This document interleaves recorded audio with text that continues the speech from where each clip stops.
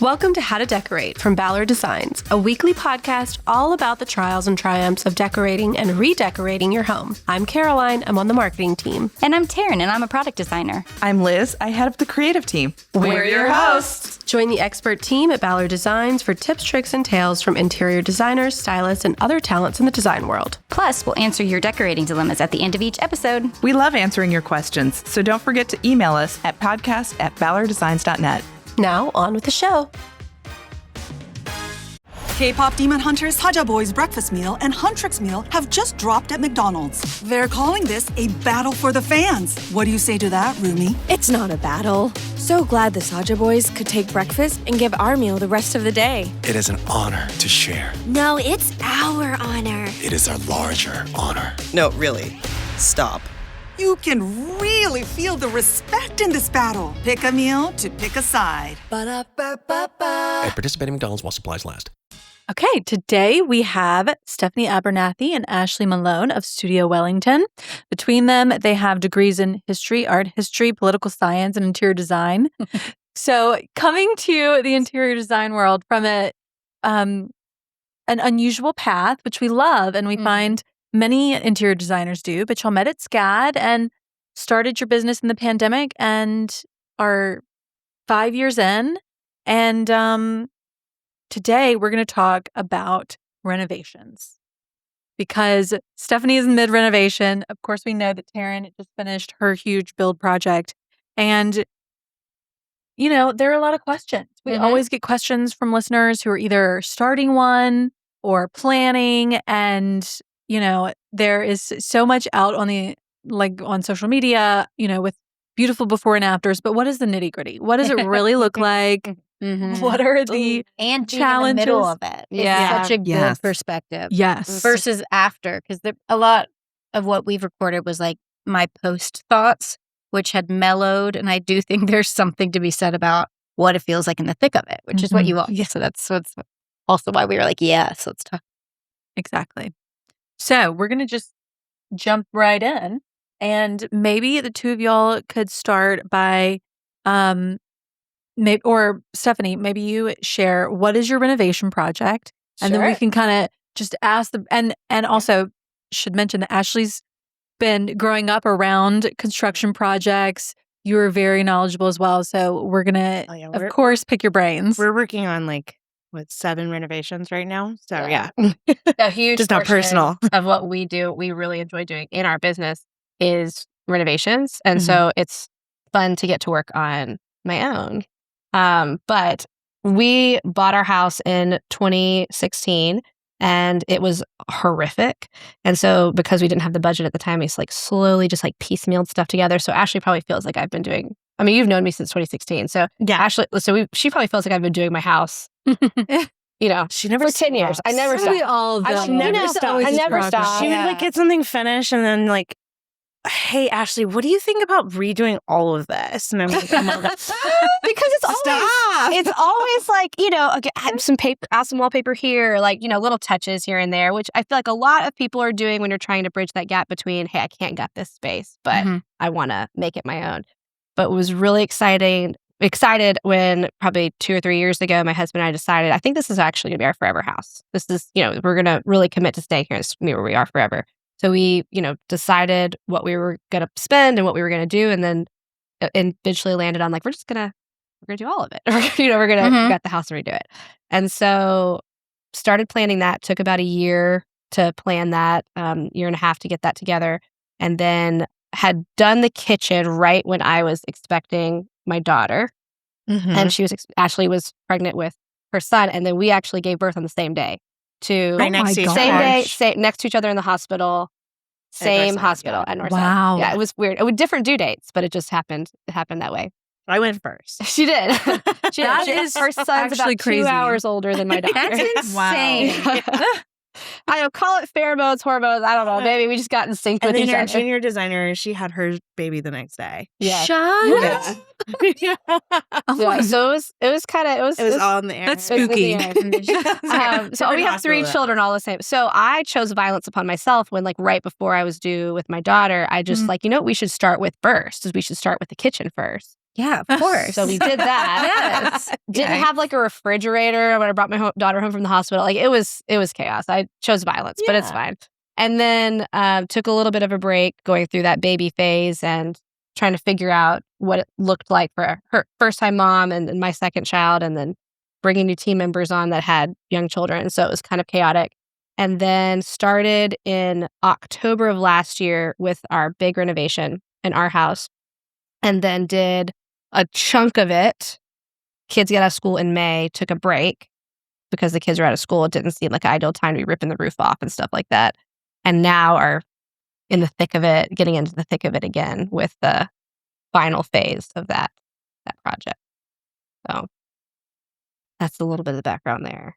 And it's all of it. It's a lot. It's been a lot. Yeah. Okay, so talk us through. You mentioned that it took 1.5 years to plan. Yes. So that was one of the things that I wanted to ask about, because planning is obviously you're a designer, so you plan this for your clients as well. Sure. But what should someone who is planning a renovation, is 1.5 years standard? What sort of things should they have off their list? Like, what are the must-haves before it starts? Mm-hmm. And, kind of like, it's more than just the construction documents, right? So much more than the construction documents, I think. And I think a huge misconception that people might have is when you go into a big budget, but a large scale renovation where it's a lot of square footage or a lot of different spaces, the materials needed, the thought process needed, the construction documents needed, they take a really long time to get together, to sit down and agree on, my husband and I'd agree on, or the clients to agree on, and then us to finalize that to get to a place where construction will be effective. It takes a long time to do that. It can take upwards of a year. I think it also depends on the amount of renovation that you're doing. Like, I think if it's just like a kitchen renovation, I don't think you need 1.5 years. Certainly not.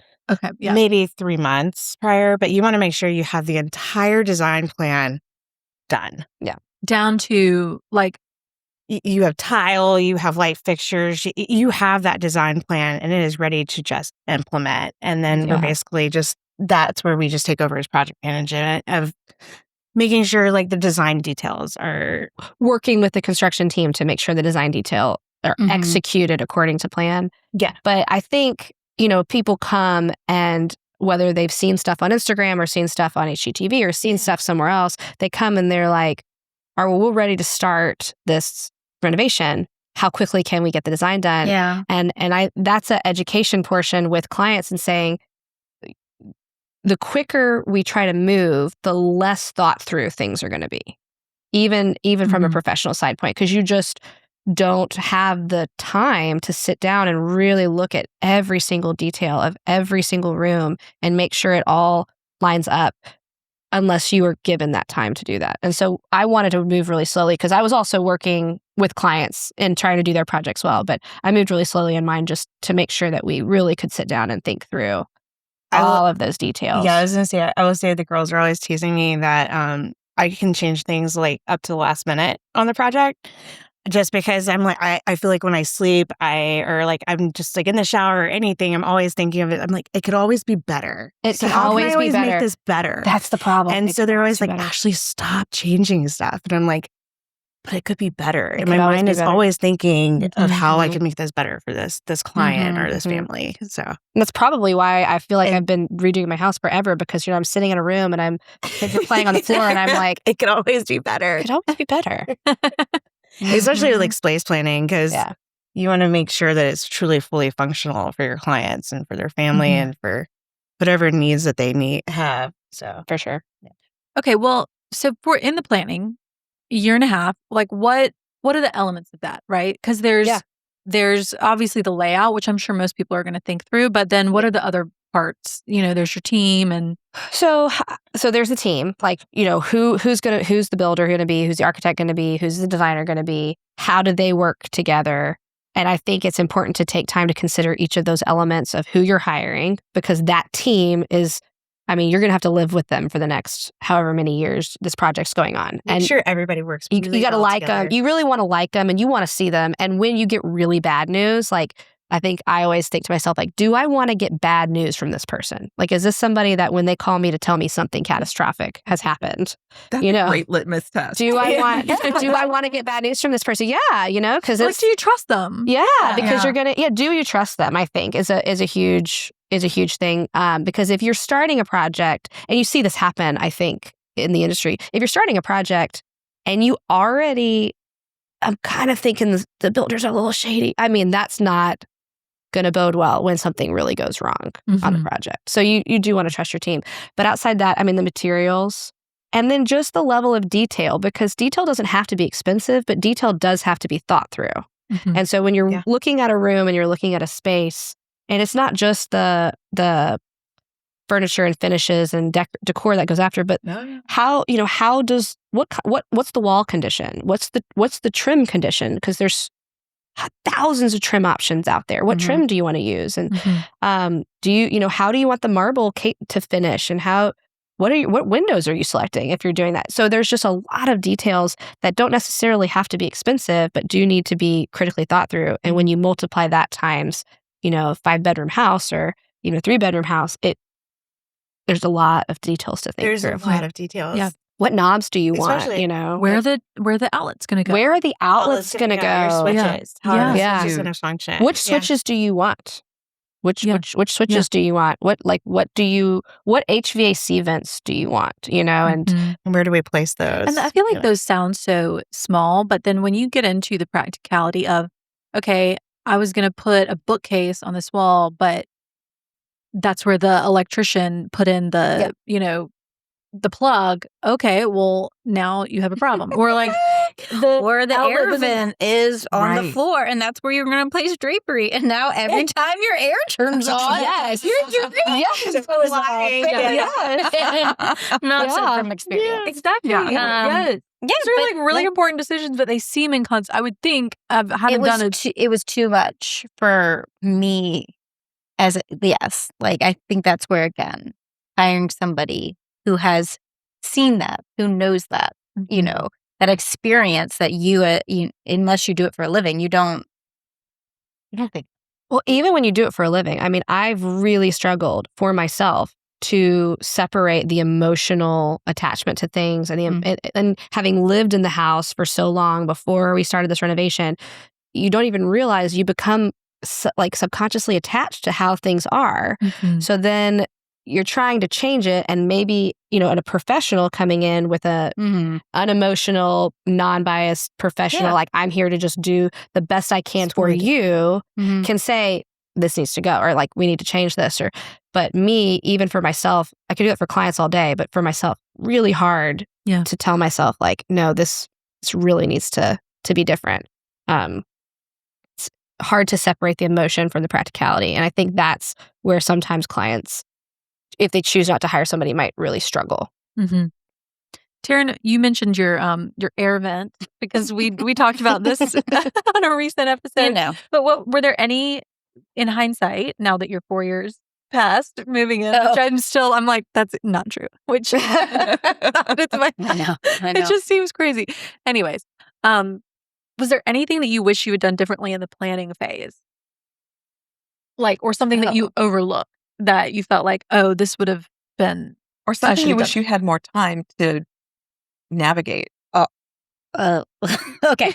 Lots of questions really fast. So, and again, working full time and then doing, and I'm sure you're in the same boat of like, and then your evenings are spent doing whatever you have left in you to do this X amount. And mine was just too many rooms to fully do every room. So many rooms were like, I don't have a vision for this room. I don't have the time or bandwidth mentally. And I think that's where it would have been probably nice to have somebody be like, then you should pause and you should think about it. Like, I think the timing thing is we're so rushed to like, there's a schedule. Like, again, my husband be like, well, we need a faucet there tomorrow. Yeah. So like, you need to go get a faucet. And I'm like, but I don't want just any faucet. Like, I want everything to be special. And so we're slow, then you have to just slowly go back through some of that stuff. And then you get stuck in certain holes you drilled in marble, or holes that, there's just certain things that now you're to retrofit are not as easy. Yeah. I have a friend who picked, a chandelier and has this big plate on it. and they put it in one place because of this big plate on the top. And now she wants to do a new chandelier, but she's going to have an electrician come and move it again. And anyway, again, she was just like, oh, I'll fix it later, just scoot it. And of course, it's just scooting, but it's not just scooting. No. You get a decision fatigue Yeah. very quickly. And you're just like, oh, I'll do it later. Like, get it done. Yeah. So do you wish you had a vision for every single room? Yeah. I think like down helped to a me. layout and or even like the ceiling. I didn't have time. So it's the most forgotten. To fill you guys in, yes. There's just like so many spots that So the fifth wall was like, it doesn't exist. And like, of course it does. It makes like such an impact, especially in a main space, not all your rooms, but like taking the time. I think my biggest regret is just like my living room was like, I had a vision for so many around it. Like the kitchen felt strong and the dining room felt strong and the library felt strong. Living room, I was like, whatever. Well, when we get there, we'll get there. And it's the room most now you're people there. and most people spend time in. And I'm like, and it's the room I gave the littlest to at the time. So that and hiring just a better architect from the beginning. We took that as like a pay, like we were like, oh, we can save here. And I think that was a flaw that would have helped. So I think I would have put more money there. And so, that's all. Those are my two like big takeaways right now. Yeah. But what about you, Stephanie? I think what I have most struggled with is the, when we first started planning the renovation, I'm like working with clients. So I'm being paid to think about their stuff. And so my stuff is very secondary to me. So I'm just like, oh yeah, I'm sure I'm just going to like easily pick this out, right? Because I do this every day. And then, you don't sit down and really look at the plan. When we were doing Ashley's nursery, I think we all sat down as a team and we like sat down and she had this vision and kind of supported her and helping her to lay out the full vision. And I realized as we were doing that when it was really fun, but I realized as we were doing that like for no room in my house did I do that. Like I never sat down and did like I would do for a client and lay it out all together. Yeah. I just was kind of like, well, I love this marble and that's what we're picking for this room. And oh, this tile is fantastic. I love this tile. And then, oh, gotta pick a cabinet color. I like this cabinet color. And so then, although it kind of has all come together and feels organic and like over time, I think my contractor would have been much happier with me if I had treated it like a client project and sat down and laid it all out. Yeah. Clear. Like you said your husband did too, right? Pardon? Your husband wanted you to do Yeah, like James was like, can you sit down and actually like, what does this look like? Because it's also It's beautiful though. When you do it that way, more piecemeal, it's very hard to nail down the budget, like what it will look like in terms of expense. So I think that's the benefit with time for a client project. You sit down and you lay everything out, and then you can help them with the help of a contractor and an architect really dial in, here's what we think this will cost. Now, whether or not it actually ends up costing, that's an entirely different story. I feel like it's so much harder to design for yourself though. I mean, just because we see so much and so many different ideas that it's just, and they're all beautiful, and you're like, what do I want? What do I want in my house? Coming out. I want to live with forever. Yeah. Well, Exactly. they always say, And we like, see them first. So. to a bride, you stop looking for dresses after you pick your wedding dress. But like, what do you do in our circumstance or like for you when you're like, I'm in this industry. I'm just looking at wedding dresses. That's all I'm doing, Yeah. And it's not like, at least when your wedding comes and goes and then like, okay, you're done. Like you're always living in your house. Yes. You just live in your... It's never done. And Never if done. you piecemeal, which again, a lot of people do. I think it's probably the most even just in normal decorating. way. Yeah, in Not just in decorating. renovating. Yeah. But like you're never finishing a space. Does that make sense? Yeah. So you're always longing, and when you're always looking and there's all this incoming, you're just constantly moving your goalpost, I guess is my Right. Like no space is ever at 100. Yeah. Because you're like, oh, this room needs a lampshade. Well, this room needs a coffee table. Instead of being like, I'm going to do the whole living room, top to bottom, and have a plan. Yeah. And I think that's one of the things we recommend to clients from the gate. We say, if you can only do, if this is your budget and you can only do so much, do one room at a time. Finish a room and then move on. Absolutely, because you want to get it right. Yeah. And then we'll move on. And maybe we have a plan for the whole main level, right? Yeah. I'm like, just do one room for now. Maybe wait another year if you want to do another room. but at least we have a plan. And then once you finally finish this entire project, everything is so cohesive in the design. Okay, I do have a question about that though. Yeah. So say you were renovating a kitchen, Yeah. which is on my horizon. Yes. I've just been like level set that, okay, like 9 months to a year for planning. Okay, great. Yeah. But so you've already got the people in the home doing the kitchen. Why not do the bathroom at the same time? It is actually more cost effective to do that. Scope creep. We call that scope creep. Yeah. They're in your house. They're in your house. And the domino. And right? you were like, but you know what I could also have you do is this bathroom over here. And they go, yeah, we could do the bathroom. And you could certainly do that. It is more cost effective to have a trade in your house, do multiple things at a time. Yes. But so there's no reason you couldn't do that. It's just then you run into how effectively are you thinking through the details of a space. Because now you've Gotcha. added more spaces. Right. I don't think there's any problem with that. I was just saying as more as like you have a whole cohesive design plan and maybe it's just not in the budget for the client. But yes, I always tell the client, if you can do them together, it's going to be a lot more cost effective in the long run. Like even if you have like a primary bath and you're doing a kitchen renovation, to have those contractors there at the same time will save you a lot more money in the end. Okay. Maybe you want to do it. Do you guys feel like the nursery is like the gateway drug into design, interior design? Could be. Because it's the only time, or not the only time. For most people, I think it is the one time where they have a planning period. They know that they have about whatever, 9 months. Before this room has to be ready. And I want this room ready at that mark. Yes. And I'm not going to have any time after that 9 months to think about it. So it has to be 100%. Well, so You know my what I thought mean? is, You it's feel like, oh, okay, well, I'm not going to fool with it afterwards. So, well, my first full room I did was my nursery. Yeah. And then it was almost again, like I was like, well, that was it.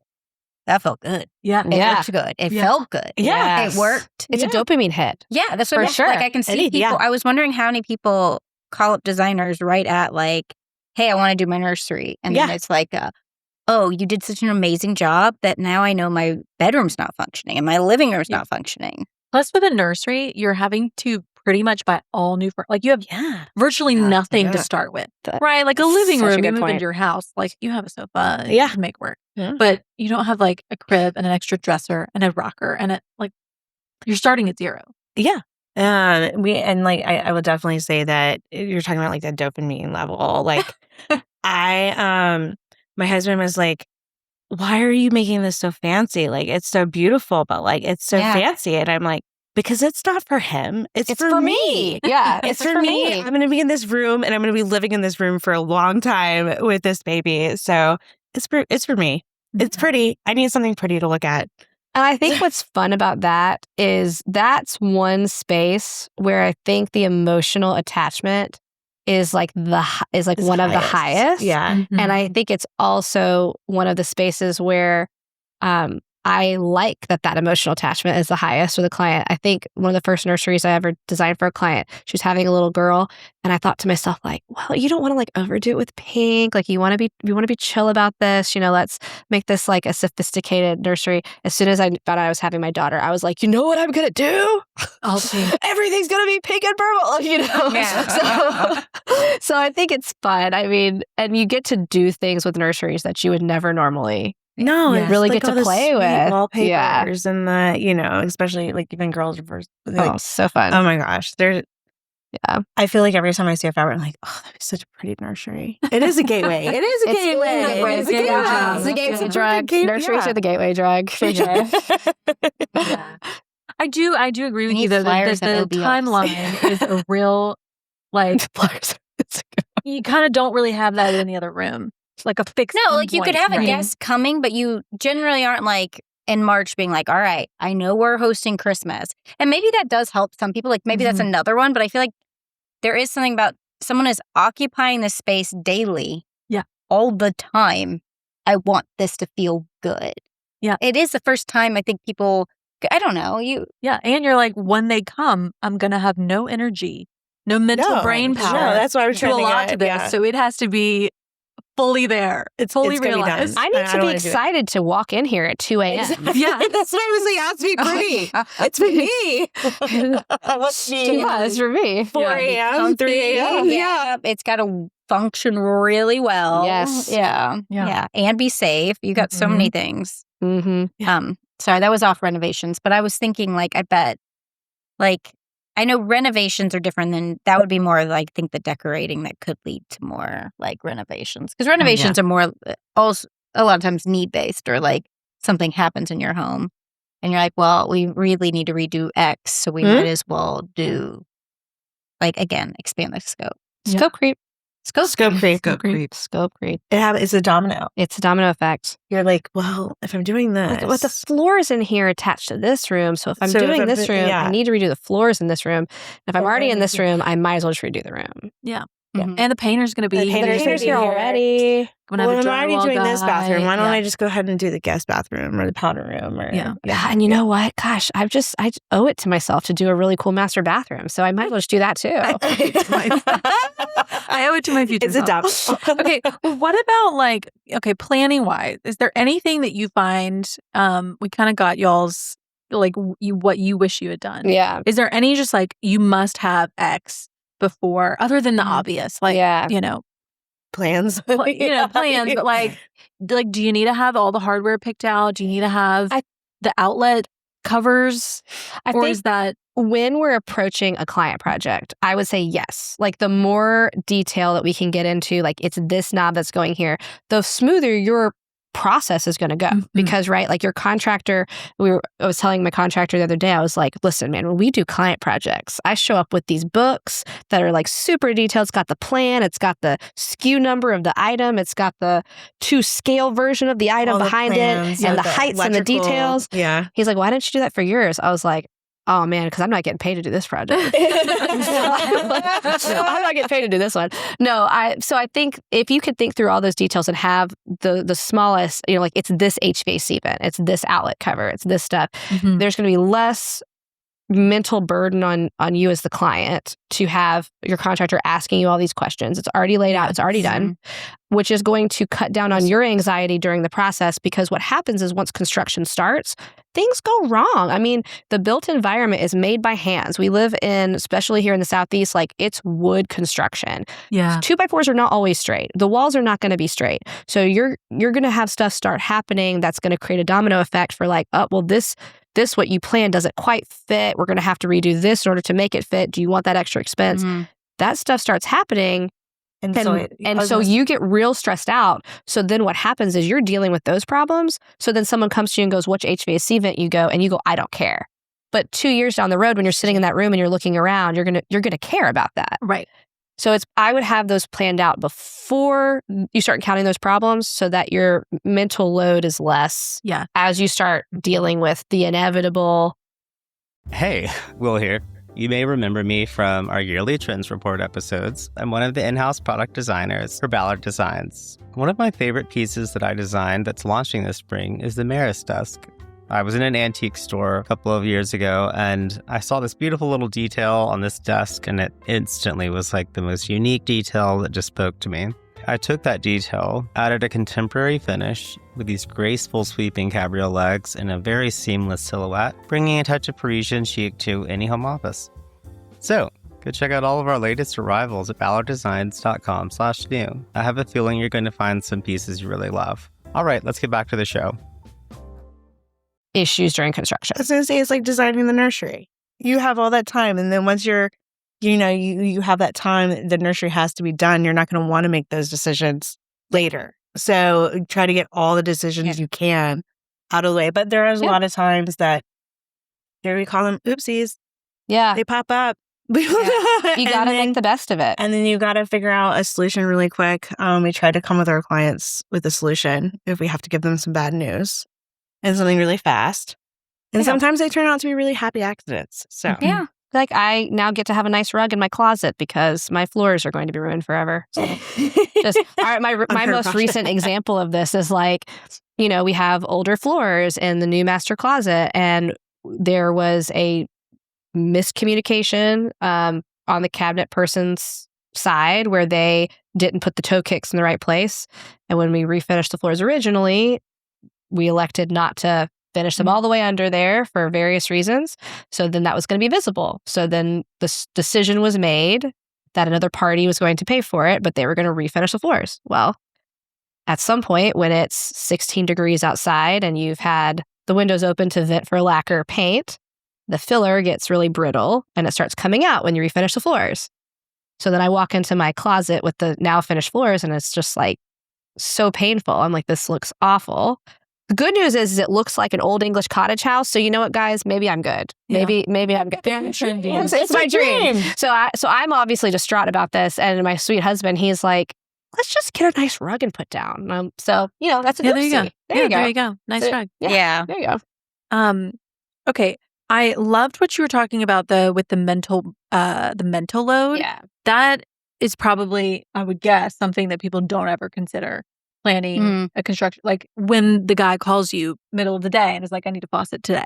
So talk through maybe how you mitigate that or just what people can be aware of or maybe plan for in advance to avoid. I love the binder idea. That's smart. So when we do it for our clients and we're like working through this process with them, when we do a design, the design should be complete. I mean, we've picked the paint color, we've picked the faucet. I mean, all those details from our professional side we've thought through. So then we create binders for our clients where when they elect to have us do that as a part of our services. Electrical, plumbing. Where it's, electrical, plumbing, lighting. And it has all the placements. Cabinetry, hardware placement. And you drew drawings to show where those are placed because that just cuts down for the client later on any questions. At some point, they're going to come to you and say, hey, where do you want your kitchen hardware placed? A person might think, oh, well, there's just like it's standard, right? You just put it up. That's And we mix never a lot. nothing's ever standard. We're not doing all the same hardware is either. Ever standard. Yeah. And I think going back to the details, like every single little detail, they work together to create the feel of the space. And you can tell the difference. Like when you walk into a builder grade house, maybe it's a very expensive, very nice builder grade house, or you walk into a custom design house. You don't know why it feels different, but it does. And it's because of these really small details that you don't think through. So I think sitting down and having, if you're doing this on your own, sitting down and maybe going online, asking ChatGPT, what will I need to think through? What do I need to think through for my kitchen renovation that I'm coming up? And then get a list together of like every single detail you'll have to pick. And I would work through that list and how I'm designing my scheme. That's what I would recommend for somebody doing this on their own. Yeah. And then write it down. Write it down and have it in a place that's easily accessible for you, for your contractor, for whatever subs you're working with or using. Because I think that's going to cut down on your mental load at the end of the day. Let's say the first things you need to pick out, though, are your appliances when designing. Yeah. So if you have your appliances, then you can start designing the kitchen. But you need to make sure what are your needs in the kitchen and what appliances do I need? Yeah. And a lot of the times that does like drive the design of what we have to do. And then I know in my process, like we always select the countertop first. Yes. I always select the countertop. Wait, why? Because you never know what a client's going to love. So I usually take the client with me into countertop shopping. And that kind of starts the rooms? Because they could go with a Fusion or an Asian or a Torrento which are all very colorful. Or Viola. He's like very colorful. Or they might go with a Taj Mahal. But I never know. So I feel like it's always the driving point, and it's such the most powerful point in your kitchen too. And probably a big part of your budget. A big part of your budget. Well, cabinetry. Countertops. Yes. And appliances. But I mean. And appliances. Yeah. The three keys. Yeah. I think playing off of a kitchen or a bath, yes, the marble, the selection of like the stone or tile would probably be your first thing. For general rooms, my rule of thumb would be like, so let's say you're doing a bedroom or a living room or something, I would pick the least, I'm trying to figure out how to say it. Like it's the least diverse option. So like, yes, there's thousands of stones out there, but in your area, what you have access to, you might only have access to a certain range of stones or a certain price point of stones or something. So I would start with what your least diverse aspect is, like paint Where the colors. limitations Where your Yeah, limitations I was going to say are. paint There's colors are always millions of paint last. colors. There's lots of different cabinetry styles. There's lots of different things you can manipulate around. So start with your most limited option based off of, if you know your budget for your kitchen's X, don't go look at, Asian or Trento. yeah, Calcutta Borghini or something like that. Or don't go look at that. Go, start with your most limited option and then play off of that. Mm-hmm. And it sounds like, too, you're also your most expensive in a way. Like your most investment stuff. So Well, that's why I was saying the your appliances appliances as well. Yes. That makes sense of like, that's going to be a big chunk and make it big. Because what if they want a wine cooler, they want an ice maker, they want a microwave drawer? Like, how am I going to place? And then be like, oh, I want a 48-inch cooktop. I want double ovens. Like, and so I have to know that. Like, we both have to know that going into like designing a kitchen. Because so like the appliances determine the layout and function of the kitchen. Okay, right? And the stone determines the aesthetic aspects. That's what I would say. I would have. Okay. Yeah, I would not have thought the stone would have been. I would have thought it's always my driving. I mean, if they're picking like a Taj Mahal, then I'm probably going to go with something. Then the tile would be your driving, right? Like, or your backsplash, or right. Like if they go subtle, then it's probably but at least allows you depending to know on the client. Yeah, depending on the client. Yeah. But countertops, you just never know, because I've had clients that are like, all I want is Taj Mahal, which is a beautiful stone, which actually ranges in multitudes of colors of green and purple and grays and warm colors, but subtle though. It's subtle. But they surprise me. And they go with a fusion that is like lots of color. And so it's like, how do because if I had already picked all of this other out, how do I incorporate this stone that they truly love? Yeah. Yeah. So, what about appliances? Because I remember my mom doing her kitchen, and her kitchen designer had picked out like a really extra wide oven. And she's like, no, I don't want that, because then if I have to replace it, like I have to pick a certain size. I feel like the sizing of appliances could be very tricky. Another appointment that clients come with me is appliances, because that is so personal. We will do a preliminary plan, a floor plan of how we think the kitchen should be laid out and kind of what we think we need. And that's what we kind of go for, like understanding sizes of what we can fit in this kitchen. Because like we have a 1920s house right now. The kitchen's not very big. So we have to figure out how to incorporate what they want. Really get creative. Like, you're not going to do a lot of we have a 1940s house right now that we're renovating in the kitchen. Like, you have to get a little creative. But if you have like a giant kitchen, we could fit a lot of appliances in. It just depends on who the client is and what the space that we have available. So we'll always do a preliminary plan and then a floor plan. And then once we get the appliances, then we go forward and start doing elevations and understanding of everything. And I think the most important thing to think of is your appliances are going to be the most functional thing in your kitchen. So, I struggle as a designer, and then also personally, when you have the draw to like, I'm going to save on the appliances, but I'm going to really spend on my marble. And it's like, as a designer, I would love for you to spend big bucks on your marble. But at the end of the day, that's not going to be what's cooking you dinner for the next 30 years, So it's your oven and your stove. And so I would say that is my encouragement to clients, like put your big portion of your budget there where you're going to be using something every single day. It's the appliances. They're the workhorse of the kitchen. The countertops are just, unless they don't cook.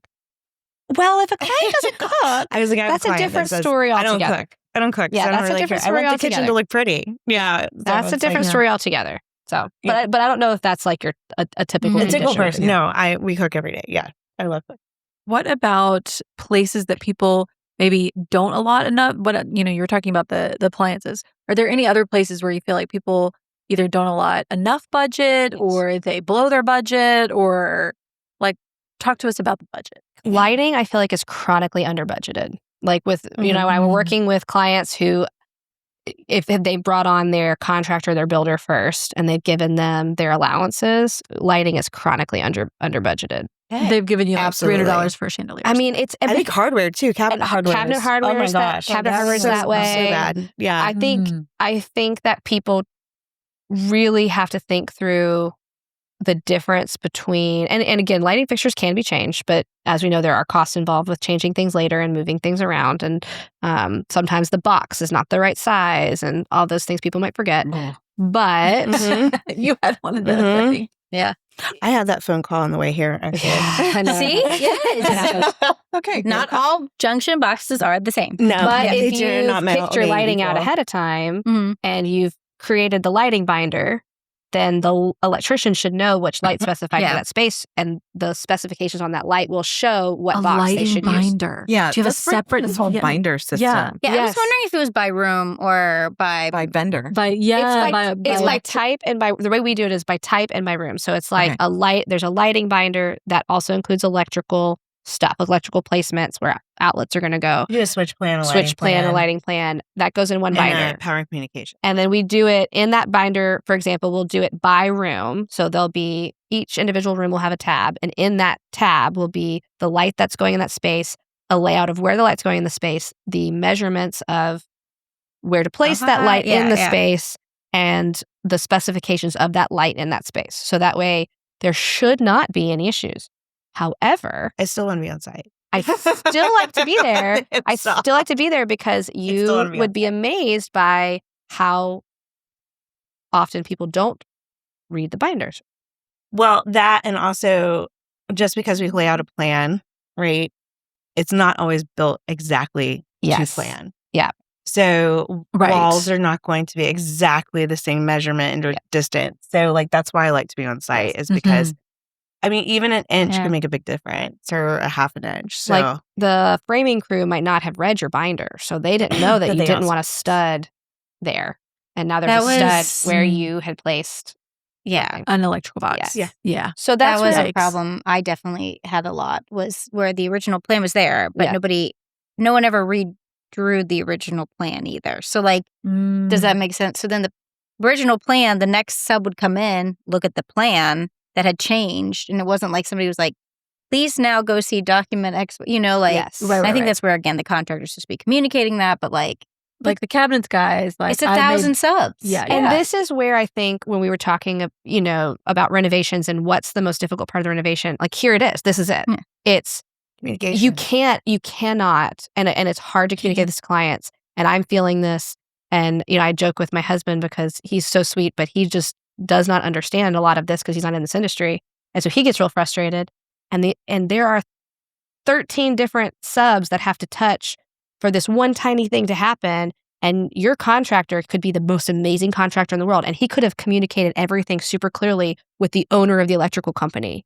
But the electrician guy that they sent out to do the work that day didn't quite understand. And so it's human error. Yeah. And every time there's one small human error, it just compounds and compounds and compounds. Mm-hmm. And that's what makes construction really hard, and renovation's a huge mental load. Because even if everything goes perfect, you're still going to have the stud is not where I expect it to be because code requires this. And in a vacuum on Revit, this sounded like a great idea, but in the reality, this is how it has to be. And so we have to put our switch in a different place. And oh no, there's not a space here to put the switch because there's a casing here. And so that's what makes construction hard. And you have to make phone calls to people to explain it, but find the happiness and the joy and the workaround that's still going to make this a great space, and you're going to be happy with it. So that's where you kind of get into what can I live with and how can I turn this into an opportunity to actually make it better than it was before, than the plan. Or sometimes you're just saying, what's the lesser evil? Yeah. What's the lesser evil? The two decisions, and we just have to move forward from it and live with it and live with it. This makes me feel like if you, because I'm thinking of Taryn and like you running off from work to go meet the guy with the faucet to take it to him. But what if you're building a house or renovating a house not in the place where you're living? Like, what do you do in that situation? I would think that really would be a case to hire a designer who is there in person, but then so many designers do projects. And I was going to say, we have a project in Kentucky right now, and I wish I could be there like all the time. It's a new build too. How's it go? Yeah. How would you say it's going? Because of the distance. Like, what are you saying? Like, what are the new things you found? I'm sensing You're some like, I don't want to challenges. share. That's okay. You also I would don't say have to. Yeah. Communication is the key Yeah. into a successful relationship and a great built house. Yeah. I feel like on this project, I definitely flew out there a lot earlier. Yeah. But now that I am 36 weeks pregnant, I should probably be fine. We're trying to handle it the best we can from here, but Yeah. obviously there's a lot of Yeah. questions, or I guess my number one rule is to never assume. And yeah, and I feel like when you're designing something that's so far from there, like you have to assume that I don't know. You have to really trust. Yeah, you have to really trust. You have to really trust your people. We did a project in Nashville, like last year, a couple years ago, and it went really well. And I think the reason it went, like, shout out to Hardert Russell in Nashville, Tennessee, because the reason it went really well is because the builder was so good, and he had an amazing supervisor who was on site every single day and like set up his office there. And I think that's the key. You can do remote design projects, or you can build a house somewhere you don't live. But you have to have set up your team. It goes back to kind of what we talked about at the beginning. You have to set up your team knowing those conditions at the beginning and made sure the builder you selected is has a supervisor who's going to be on site every single day. It's not one of the general contractors that doesn't have a supervisor and he's trying to visit 5 or 6 job sites over the course of a week. Those are just things you have to have pre-planned. Yeah. So the more, if you're going to do an out-of-state project, the team matters a lot, and there needs to be someone on site every single day, all day. And planning. And anything. I mean, like, even if it's here. Yes. Because we've done houses, like we did a house in Key West, and it was fine. Everything was great. Yeah. It just all depends on your people. Yeah. Your team Your team. matters. Your team matters a lot. Yeah. Okay. So true. We alluded to this a little bit before we started recording. Sure. How does one maintain their sanity during a renovation? Like there, I think you've kind of painted a picture for everybody of the challenges and, the hiccups that happened. So what would you both say has been something that keeps you going? I would say hire a designer, because they take all of that brunt from you. Yeah. They've already thought through the solutions before they've presented the problem to you. I think for me personally, I try to remind myself that every time something goes wrong, I have this initial gut reaction, like every client does, and I'm really upset about something. And then I remind myself, this is an opportunity to make it better. That's the phrase I keep repeating to myself, like, this is an opportunity to make it better. So how do I turn this into a positive opportunity to make it better? Because sometimes you get really cool solutions out of happy, out of access, which is what kind of gives you that dopamine hit. So that's what helps keep your sanity going through the process. You're like, oh, wait, this turned out really nice. So, something went wrong with a casing and it doesn't work. And you go, oh, I have some extra slab. Can I just put a marble trim around the casing? And now all of a sudden it looks higher end and more custom. And so I think turning these negatives into opportunities can help you bridge that gap of the frustration. I think it also makes you more creative. It makes you more creative. It pushes you, pushes your limits, and adds more detail. It adds that next layer of detail. Yeah. So I will feel like just watching clients, like, I'm not going through a massive renovation like Stephanie, but watching clients go through this, it's always the same up and down, up and down. They get really excited. They lose their sanity, and you gotta talk them off the cliff. And like, I'm like, I promise you, at the end, you'll completely forget about all of this. it's like giving You'll be birth. like, what's my next renovation? What's my next renovation? It's like giving We birth, have right? said the same thing. It's really Yeah. like Really? giving birth. Yeah. Oh, It's I like, want to do it again now. Yeah, see? Yeah. Wow. Wait, okay. It's an emotional roller Yeah. coaster. Yeah. It's like giving We gotta birth, go right? back to You are so overwhelmed. You're getting those labor contractions. You're so overwhelmed. You're getting the bad news. You're so overwhelmed. The process is awful. I don't know if this is everybody's experience, but those last 2 weeks forgot before about you it. go into labor, you're like, every time creeps by so slowly. It's the same with a renovation, right? Yeah. Like, the time creeps by so slowly. It's, you're in the middle of like headaches and heartaches and your budget is overblown and you're crying and you're emotional.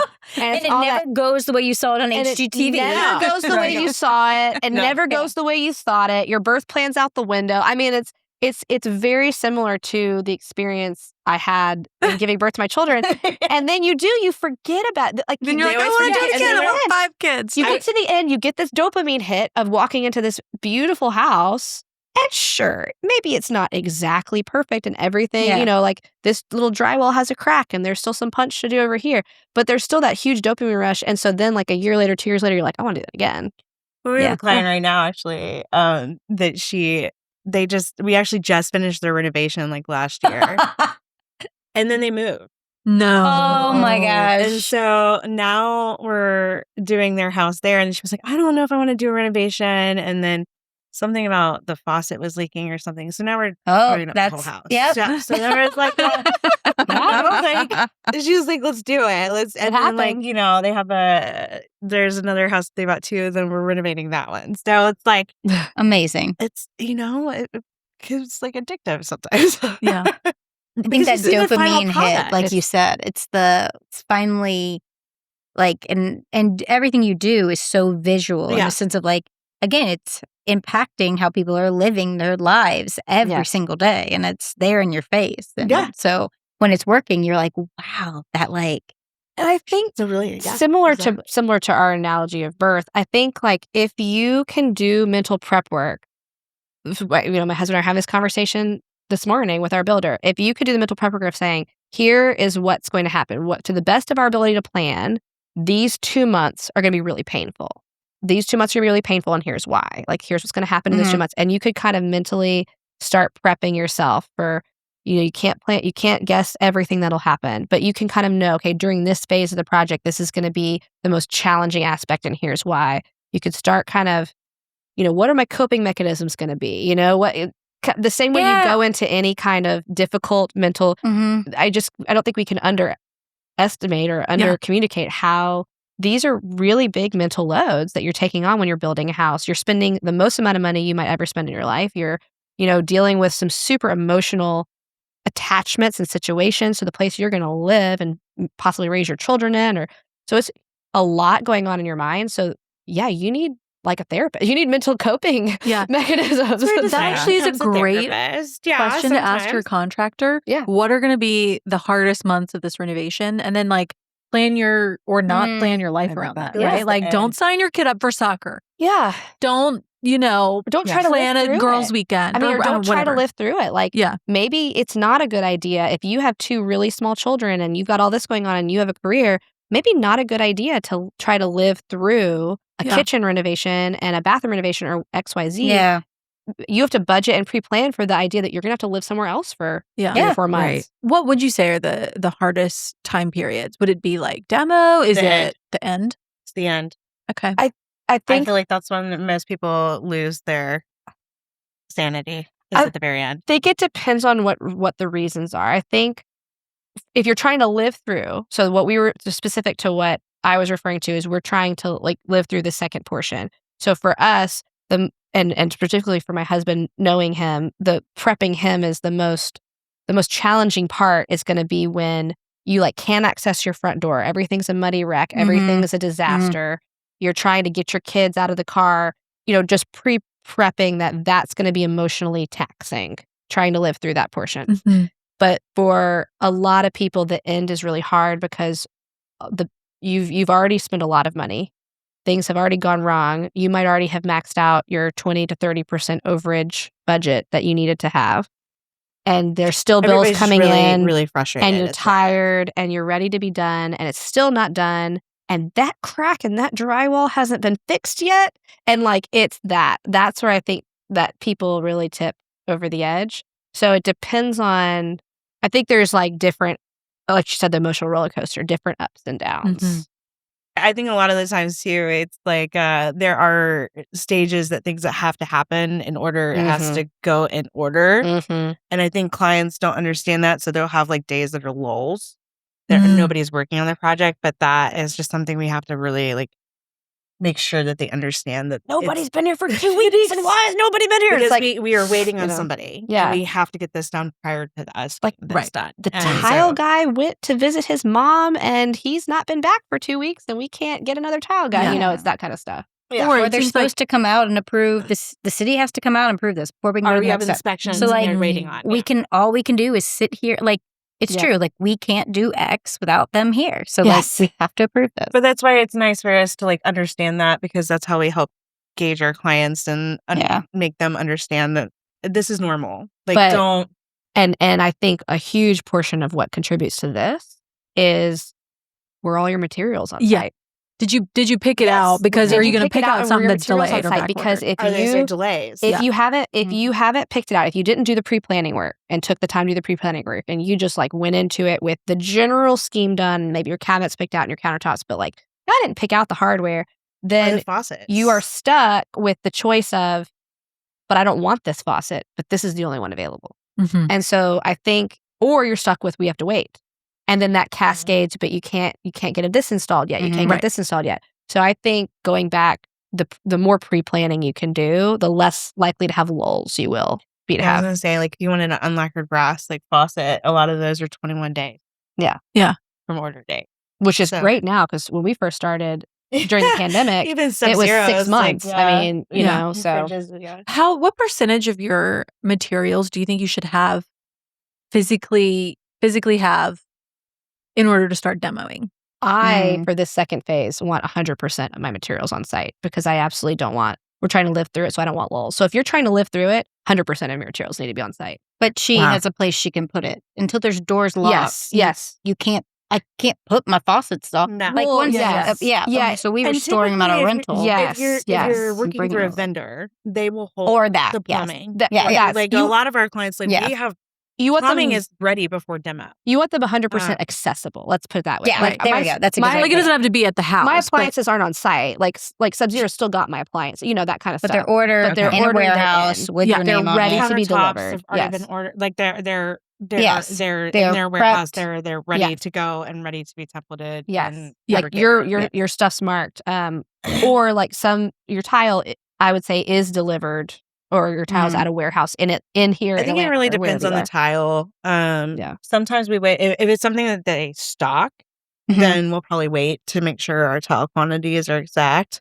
If it's something that they don't stock and we're waiting 4 to 6 months for, we're gonna go ahead and guesstimate and probably order a little extra. Yeah, just in case.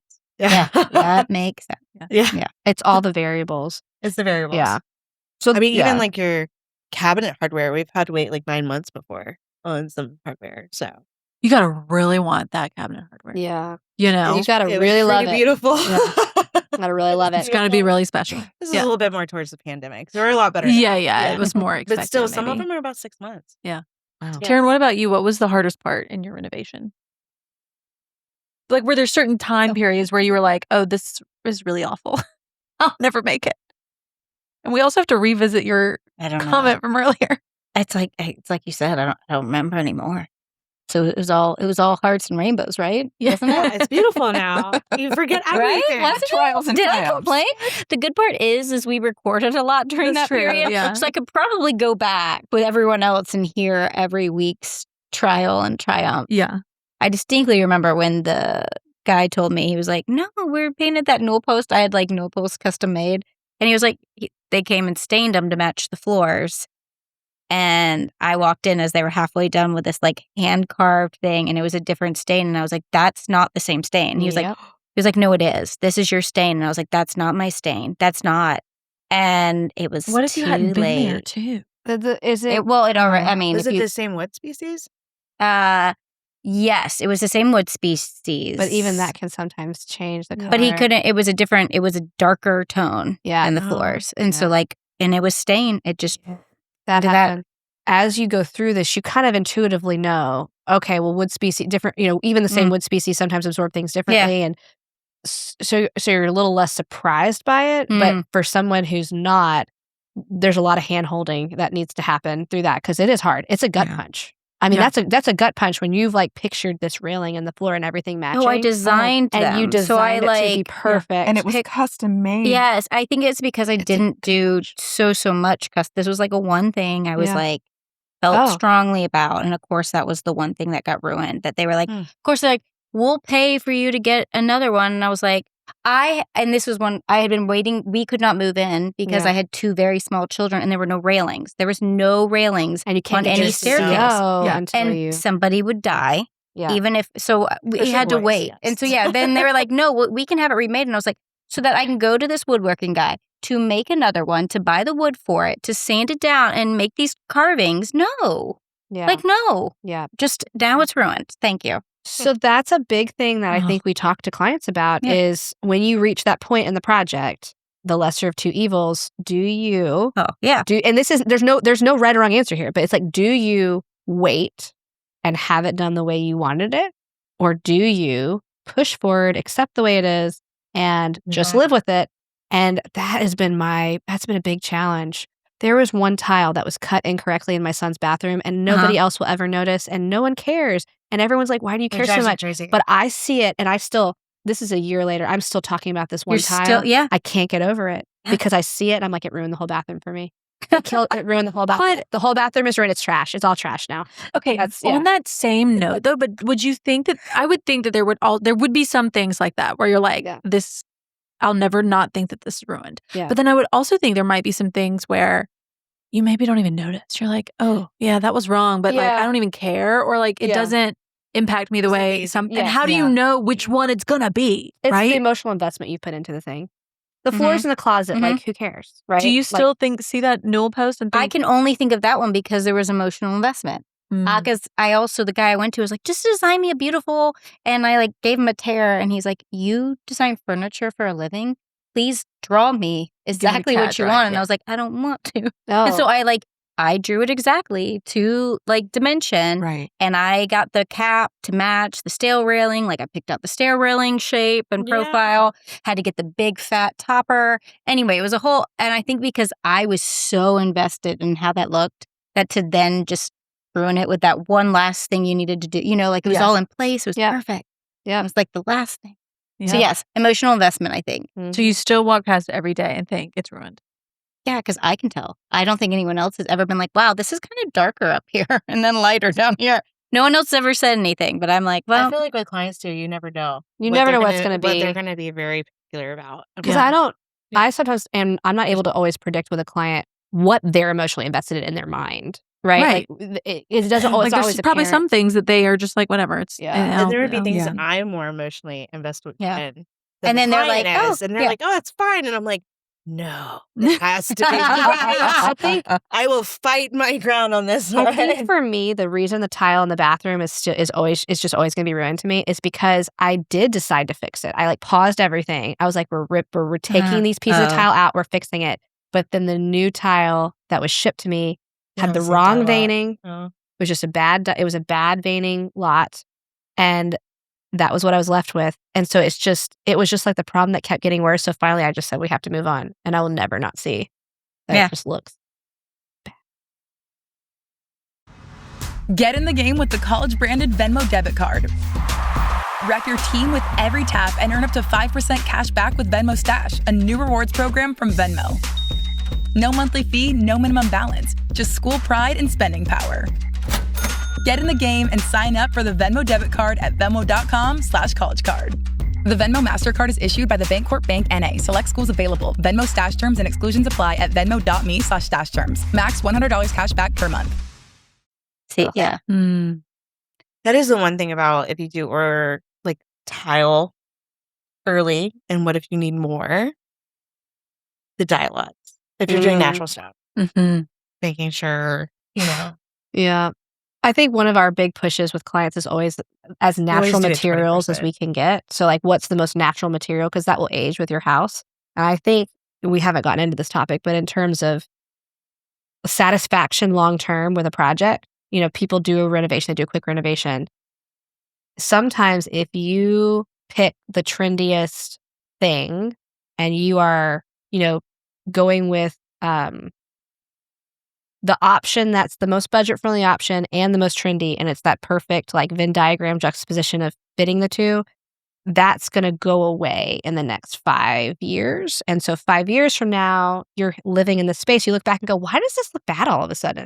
And it's like, well, all the stuff you're being sent through Instagram or through beautiful magazines or through TV, all the stuff you're being sent is like, we've moved past this. So your brain's now like, well, this is no longer the thing. So then you're dissatisfied with something you just spent a lot of money on. So I think we push a lot of natural materials, things that will age, things that are timeless. Yeah. Authenticity.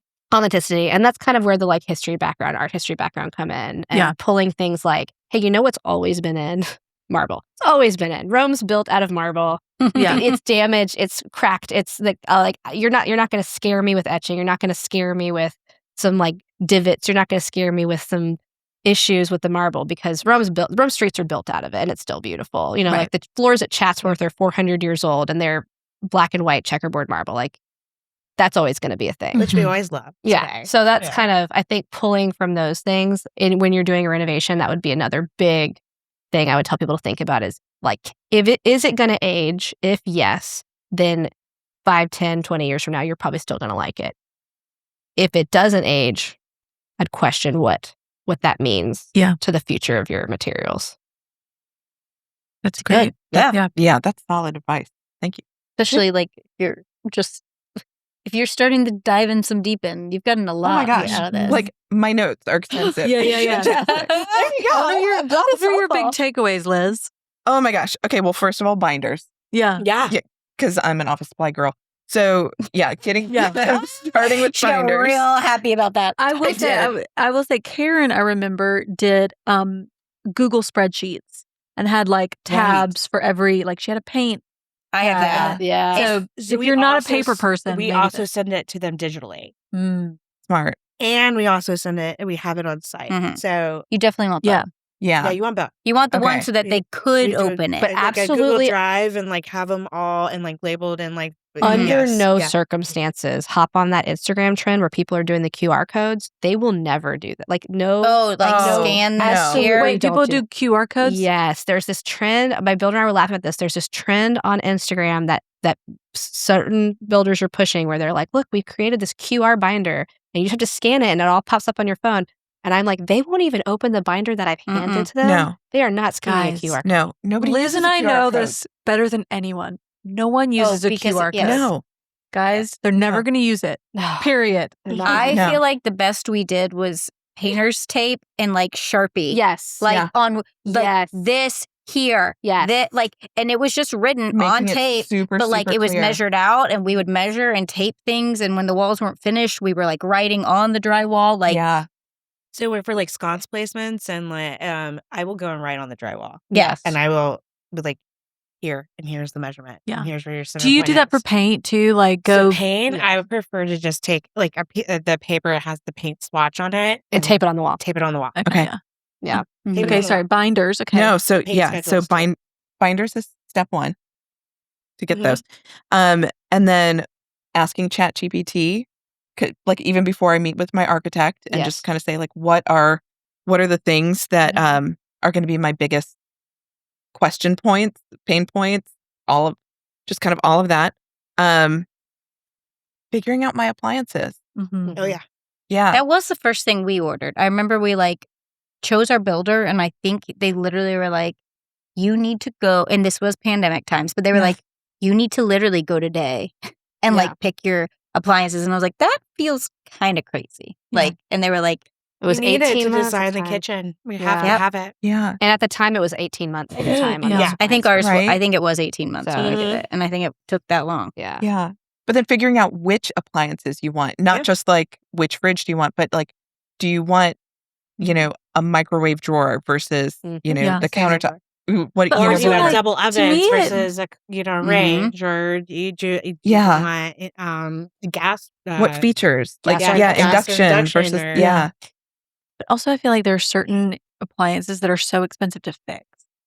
Like I have, Right. Yeah. I have two Ice friends makers. who both had Sub-Zero fridges in their house that the previous person had put in. Right Right. now, they're 15 years old, and so they have to get them replaced. And they're like, it's like $10,000 just to replace this. Yeah. But I can't get a new fridge because it was custom fit for this fridge. Right. So or how does one pick out that, I mean, knowing like we're huge Sub-Zero fans. I genuinely believe that they are the premium best product on the market for refrigeration. Like I have drinking the Kool-Aid. I've guzzled that Kool-Aid. Like I love I love me some Sub-Zero. Huge Sub-Zero. I went up to their factory too. And it's amazing. The whole story really behind good it, if you go in, I'm a history person, right? So I like the history. The whole story behind it, like, this guy invented this so that he could help his son who had diabetes and they could refrigerate his medicine like way back before that was even a thing. I bought the whole education. Didn't have an education. I bought the whole story. I think they're the best in the market. The thing for me with Sub-Zero is that they can almost always be repaired if you contact Will Sub-Zero. They can almost always be repaired, and they will last like 20. I mean, we pulled Sub-Zeros out of kitchens that we've renovated that are still in perfectly good operating condition that charities will take, and they will still get another like good 5-10 years use out of them. And they're amazing. They're a really good product. So I highly recommend Sub-Zero. But they are pricey. They're very pricey. Very pricey. Yes. Yeah, they are pricey. But yes, they're a good product. Anyway. Yeah. Well, I think that there are trends in appliances too. Yeah. Okay, so I don't have a dishwasher right now, so I sometimes just go and look at them and dream. Girl. Bosch. Oh my God, I love Bosch. Wait, why don't you have a dishwasher right now? Because I have a 1930s home that still has the 1930s kitchen. Cool. Wait. That's really cool. And you're going to redo that though. Oh, that's so cool though. We'll talk Maybe not as cool. We'll talk in more detail She's later. got a cool old home. She's got a cool one. Yeah. There's nothing. There's okay. It's the type of kitchen where all of the countertops are like they're more furniture pieces versus I mean, we'll talk later. Set. It's not that cool. But like there are dishwashers that like I think Cafe has one that is drawers. Yeah. And I'm like, so a lot of people really love the drawers. They like the drawers. That's a thing right now. Yeah. But go ahead. That seems to be like something, if that breaks down, like, is that difficult to replace? Like, I don't know the answer to that yet, though, because I don't think they've been on the market. They're so new. But no, the drawers are still the same size as a dishwasher. So like they're about 24 inches, the width on them. And like Sub-Zero does not make them, because when I was up at that thing with Sub-Zero, everybody was like, can you please make the drawers? But they are kind of safer if you ever think about it, because if you have this dishwasher that comes out and goes on the floor, if you have toddlers or you're washing dishes and you back up and it's really easy to trip over. Or if it's a small space and that door really good. Have you seen the new countertop dishwashers? Like it goes in your countertop. I'm putting one of those in my scullery. I'm really excited about it. No. Okay. Oh my gosh. I really need to do more research. It's a new appliance. It's a new appliance. So like fixability, I have no idea. I could be totally messing myself over for later. But it's this thing where, it's trendy right now to wash your fruit. I mean, we all wash our fruit, but it's trendy right now to like... We're supposed to be washing our fruit? Wait, I didn't know that. It's trendy right now to like really wash your fruit and vegetables. It's a thing that everyone's saying. You can't just wash them with water, you guys. It's not good enough, apparently. So this little in-a-counter dishwasher does the dishes, but it also has a fruit and vegetable washing setting, and you could just stick everything in there and it washes it for you. It goes in your countertop. I am going to go after this. Cuckoo. So, yeah, that's crazy. I mean, I'll let you know. Contact me in a couple years. I'll tell you how it's going. I bet you can be like loving it. Yeah, I'm so pumped. But that's so fun. So, but yeah, with new products, I think you're taking a little bit of a risk because you don't know. Right. Yeah. But they do, I think they're making them like 18-inch if it's like a smaller space. And then they have the 24. So a dishwasher is always standard 24-inch width. I don't care. Okay, love that. Any across Thank the you. You've just totally sold me. Like, I'm good. Yeah. Bosch is really good. I love Bosch. I love dishwasher. Co's, and we sell a lot of Ascos. Mm-hmm. I like my Bosch dishwasher a lot. Yeah. I really like the top tray. I love the silverware. That is really nice. Silverware. Both of my sisters have Bosch, so I'm super Bosch is familiar known with them. for their dishwasher. Yeah. They're for a long time. They're really good. Does anybody here use their sterling silver? Do you use it like on a day-to-day basis? Do you have it? Do you use it? I use it and I put it in the dishwasher. I have it, but I don't use it daily. Every day. It's what we use. Yeah. Yeah. For the dishwasher. It doesn't look as pretty as it once did, but I highly recommend I feel like the demographic of people that might be listening to this podcast might have some sterling silver sitting around somewhere. I'm just telling you, girl, put that in your drawer, use it every day. Yeah. Just use it every day. Like it. It's not doing anything for you sitting in the closet. In the box. Just use it. Yes. You could take it to a Nobody touches. silversmith later and have it repolished up to its perfection, but I've never regretted deciding to use it and put it in the dishwasher. It does like feel better. Just so much better. Food tastes Yeah. different off of silver. Yeah, it really does. Off of- It does. Did Casey go up too? I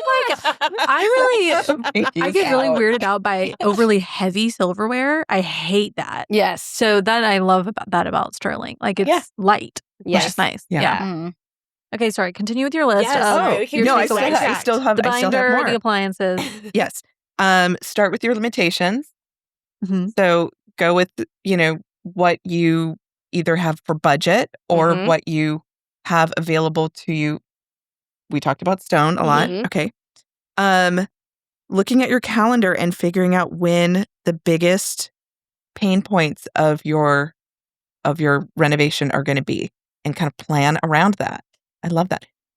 I'm just really just doing a whole recap of this whole I love this. episode. I love This is it. great. I was going to say, I was in one thing when you're planning a renovation, if you do not want lulls, just think about Thanksgiving and Christmas because there's going to be lots of lulls during those 2 months. You're almost going to Oh, have, yeah. have very little zero- things happening between Zero Thanksgiving things and happening Christmas. Got it. during those Yes. month and a half. So Okay. just be forewarned. Yeah, Okay, that's a hard smart. one. Duh. It's a good I mean, expectation. kind of duh, Yeah, no, but that does also sound wouldn't good. think But about think about that You know? because, everybody wants everything for Christmas or the holidays. Yeah. And Oh, you right. you need to start in July. Yes. Or earlier so Yeah. we can make sure that Or that can January. happen. Yeah, Yeah. January is great. January is Yeah, a good it's great. time. And I would Yes. say, on that, when you're talking about calendaring, if you can get a contractor, if a general contractor you're working with will say, sure, I'll put together a schedule for you that shows you.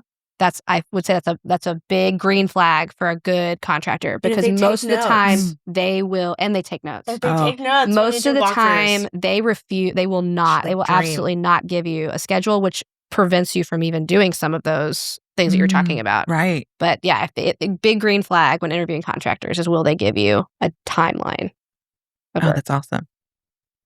Okay, keep going. Okay, keep going. Sorry, Okay. I apologize. No, love the note. No, jump in. Yeah. We like that. I mean, well, the calendar is super important too because Yeah. you have to budget and plan for those times that you will have to move out of the space, even if Yes. it's Yeah. if you're trying to live through it, even if it's for a shortened period of And time. you have to budget and plan for the times that you have to pay your bills. I mean, I think that's a Right. huge thing that's frustrating and difficult when you're trying to get a schedule and they won't give you a schedule and you're like, well, when are you going to bill me for this? Because I need to know. yeah. yeah, I gotta there's have different- money available to give to you. You know, Yeah. like Most contractors Yeah. operate where like it's on depending on what they've done, that's when they get their next Yeah. payment. So you should Mm. know kind of a like understanding Yeah. of yeah. is it this month or is it 3 months or Yep. is it, just Yeah. really good. Mm. Wow. Okay, if you're living through the renovation, have 100% of the materials either on site or on standby and ready to install. And I think that wraps it up. I think Yeah. we covered Yeah. so much. This has been so helpful. Mhm. Yeah, of course. Yeah. Anytime. Yeah, happy to I feel like Happy we're to always do it. still learning on renovations too. You're always Yeah. like And learning something. I think my last thought in kind of talking with what you were laying out there is as you go into your kitchen renovation, I would say as you're planning your team and you're getting your contractor together and talking to your architect, ask them to give you materials lists. You know, if you're designing this yourself and you're working through trying to do the binders and everything yourself, chat will help you, but ask them what they're going to want to know. And sometimes the builders will even give you a schedule of when they want to know decisions by. And that's really helpful. But still go ahead and pre-plan all that. Don't wait for their deadlines. Right. Because their deadlines are usually like, well, I need to know this faucet because it's going in next week. So you don't want to wait until Right. Yeah. So you need to know a month before that Yes. because you got to order it. Yeah. And Yes. even though I mean, they have Tan, a I schedule, remember that schedules week. change I feel constantly. traumatic for So you. like maybe this plumber could actually get out 2 weeks early and they told you you didn't have it for 2 weeks. And then you're getting phone calls and you're having to make really fast decisions really quick. It Yeah. happens a lot. Yeah. Happens a lot. It happens a lot. Yeah. The one thing I don't think we went through is like red flags on contractors. Yes, give us those. Yeah. Okay. I would say my biggest red flags with general contractors are if they don't have a clear how they charge. So like if they're not either telling you we are cost plus, and in my contract it says I'm going to show you my cost, and then I add my 20% or whatever it is. That's kind of industry standard. I It's think 20% it's like 10 on top. 10 to 20, If depending on the contractor. if that's not what they do, I'd be a little bit weirded out. If or at least lay it out really clearly in their contract with you on how they're charging, because the industry has so many professionals in it, some really amazing, some that might do okay work, but I'm not sure the ethics behind some of the ways they're charging. So I would just be super clear in the contract. And if you feel any ick at any point in time with your contractor, I would really, really dial in why that is and not be afraid to walk away. And I think that's the biggest thing that people have. They get in the middle of a situation, or they're in the middle of a renovation, and the contractor's clearly done something that doesn't feel ethical with the way they're charging or something, and they're afraid to walk away. Don't be afraid to walk away, because that's my biggest red flag. What's your biggest red flag? I was just gonna bounce off of that. I was gonna say, I feel like if we're the designers or like one of the first people to hire, I would say like a lot of my clients have had me read the contract. Yes. With the contractor and like look at allowances and be like, does this look right? And usually allowances do not. Yeah. Laying that out. I would say another Understanding it. Yeah, understanding that. And then another red flag is, that they're really not able or willing to give you any kind of timeline or time understanding. I think that makes me a little uncomfortable, because if you can't even give me any type of basis for, I'd like to start this around this time, or we're waiting on permits should be about this time, and then we can start here. If they're not willing to have that discussion, that makes me uncomfortable. And then another huge red flag is if they themselves are not keeping a small enough amount of projects where they can be on site a lot, they either need to have a supervisor who's able to be on site. And if they can't do either of those things, then I kind of question how many issues we will have during the project. It's kind of my... I was going to say my number one rule with contractors is to never assume. Yes, never assume. I always like reiterate that multiple times, to never, ever, ever assume that is what the answer is. So, because it'll usually come back and bite you. Like, do you mean in terms of picking choices? Do you mean like? For sure, don't leave it up to them. Yeah.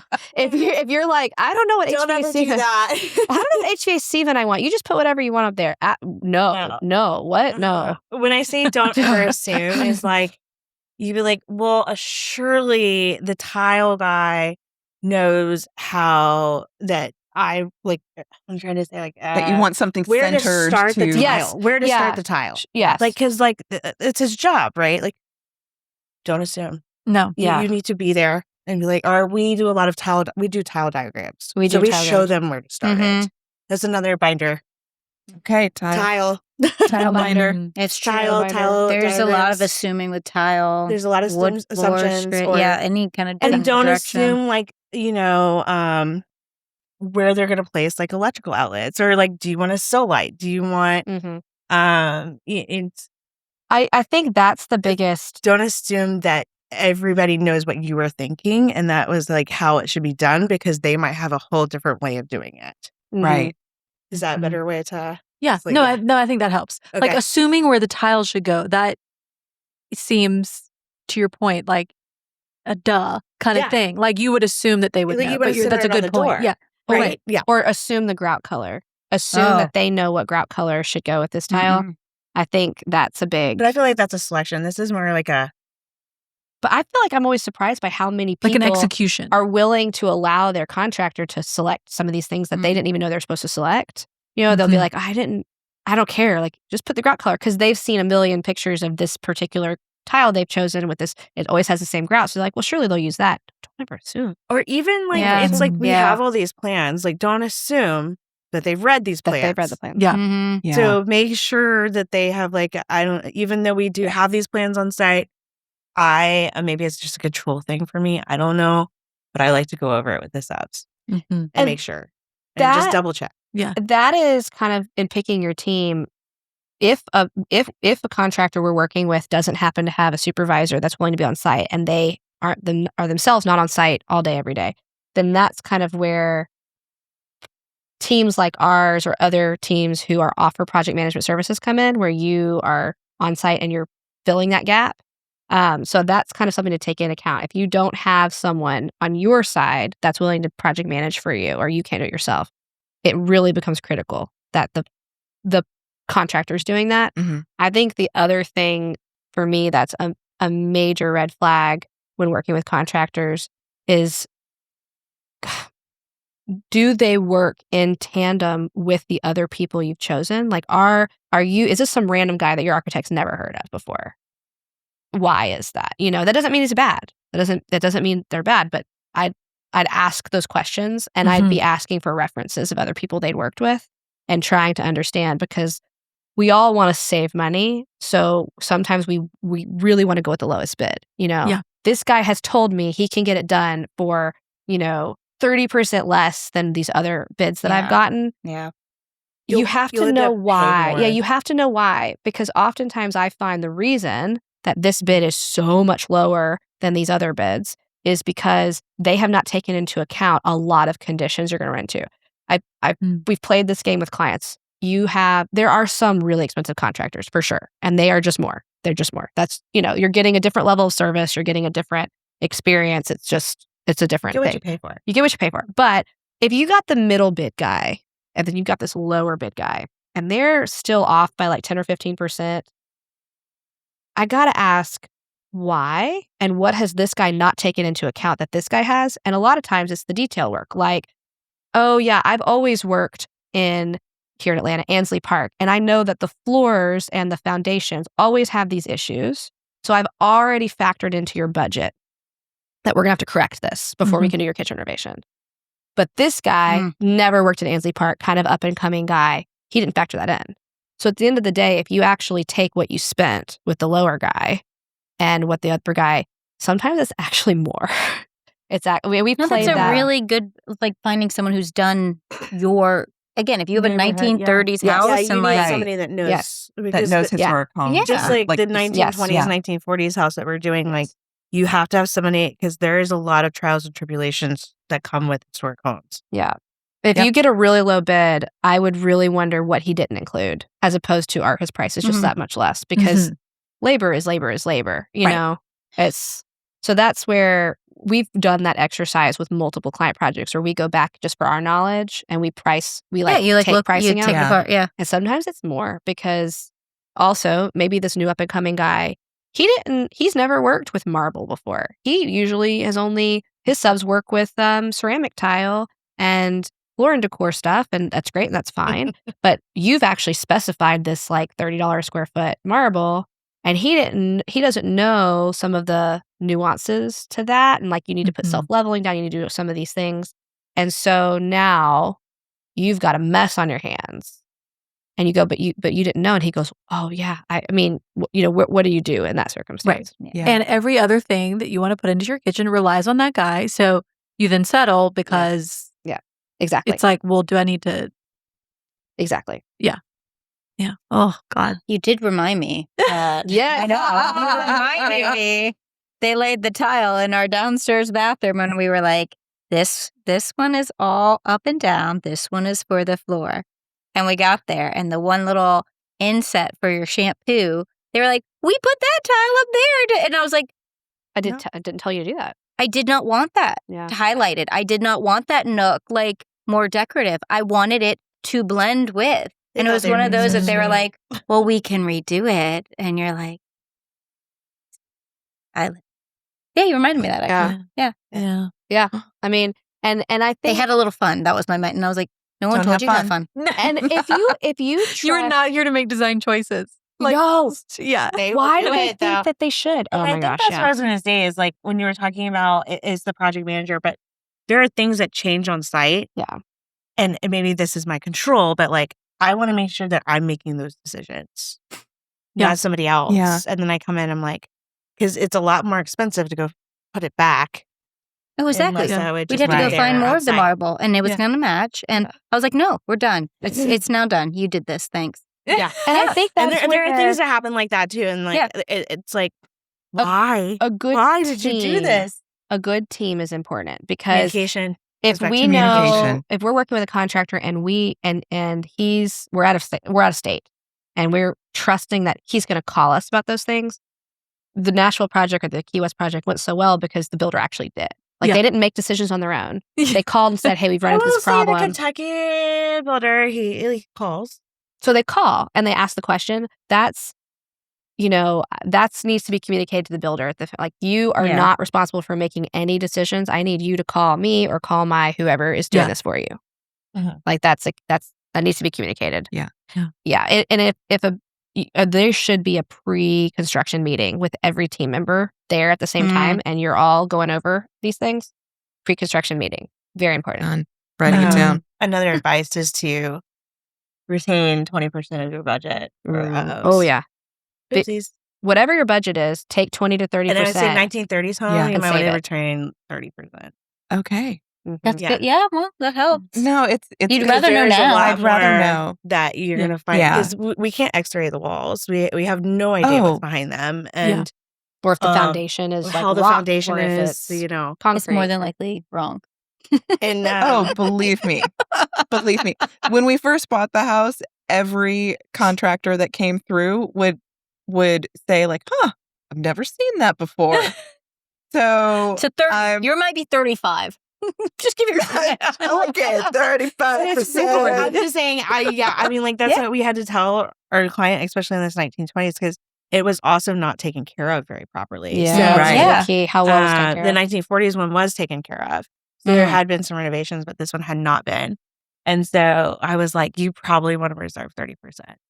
Just because there's a lot more that we just don't know what's behind. Yeah. Yeah. Well, and I worst case, you got extra budget. Yeah. Well, and you want to be really careful, right? Because you don't want to start dipping into that 20 to 30% you've reserved before construction starts. Like, that truly is during construction. Because that's where your budget comes from. If somebody messes up your tile and you're like, "No, I will never be able to live with this. We need to get this fixed." Like, that's where that's a good point. We've opened up floors and found that the structural supports, like, I don't. The spacing's wrong. Yeah, the joist or whatever. It was the beam was out here, which they're always like the post of the beam are supposed to be. Yeah. So we had to replace all of that, and that was what was holding. That was the main part of the house, holding up the house. So I was like, it was maybe lucky that we did this renovation and we found this, because you never know what could have happened in like a year or so, or anything. Yeah. Well, thank you so much for this reality check. Oh my gosh. Yeah. Anytime. Can we tell you all the things? Yeah. I love it. I love it. Man, I'm still I need you to explain your comment about wanting to do it again. Or to come back to that in another episode. Yeah, we'll unpack that later. Also, like, do you want to change your house again now? Like, after? No, I want to. She wants to build another house. Oh, yeah. It's just so fun. And you would know now. Even now, like, really know. Right. That's what I mean. It's like I learned so much, but like I'm not gonna build another house. No. Yeah. But then I keep seeing lots around the neighborhood, and I'm like, could that be our 2026 fun? I really like it better. We just live there and sell ours. Like, what if we like it even more? What if I want to try a different style? Yeah. What if I realize I don't like tall ceilings? You're feeling bored. Yeah, inspired. So just build it over. I love it. Or that. That would probably make more sense. Yeah. You can get your fix at my house. Come on. It's like a draw. Stephanie and Ashley, thank you all so much. This was wonderful. Oh my gosh. I feel like we covered so much ground. We did. Covered so and much. Thank you for sharing the unvarnished, trials and tribulations of renovating with us. My pleasure. Yeah. All right. Tell everyone where they can find you, follow you, and see your work. You can find us at www.studiowellington.com, or you can find us at studio_Wellington on Instagram. And And that's our show. You can find all of the show notes on our blog, howtodecorate.com/podcast. To send in a decorating dilemma, email your questions to podcast@ballarddesigns.net so we can help you with your space. And of course, be sure to follow us on social media at Ballard Designs. Don't forget to subscribe wherever you get your podcasts so you never miss an episode. And please leave us a review. We'd love to hear your feedback. Until next time, happy decorating.